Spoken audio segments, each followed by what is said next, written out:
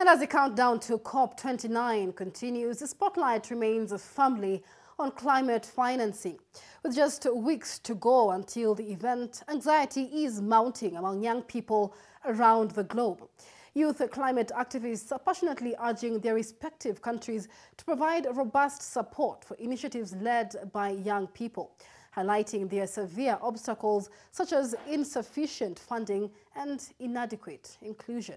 Hellen Aura with more details.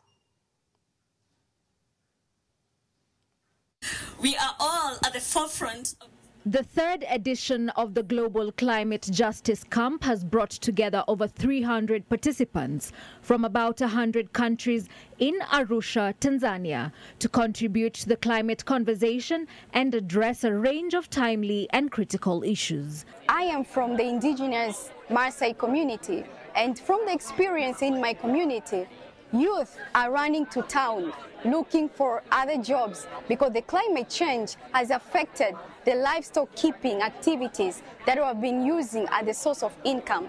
Now, youth men are running to town and they are leaving women in the villages and they are becoming the victim of climate change. So now we need the voice of young men and women so that we may mitigate on the climate change, to make our community to have climate resilience, to have knowledge on the climate justice so that we may ensure justice for all. With the solidarity in numbers, they are well aware that if they do not speak with one voice, they risk being pushed out of the opportunity to bring about change at COP29.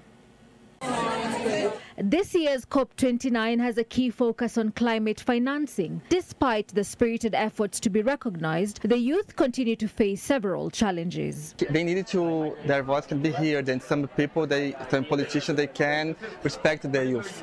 But they are not only the future, but they are the people that now can make the thing. Finances is a really bottleneck. So once they get the finances, definitely they'll make a difference. Number two, there's more need of capacity building and awareness.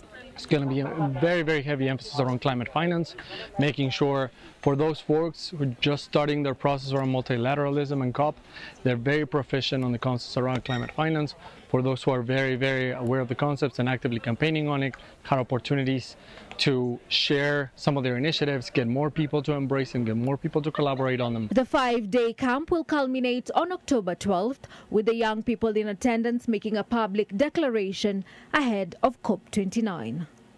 With COP29 inching closer in Baku, Azerbaijan, the youth say they not only just want to be another checkbox in the climate conversation in their particular governments.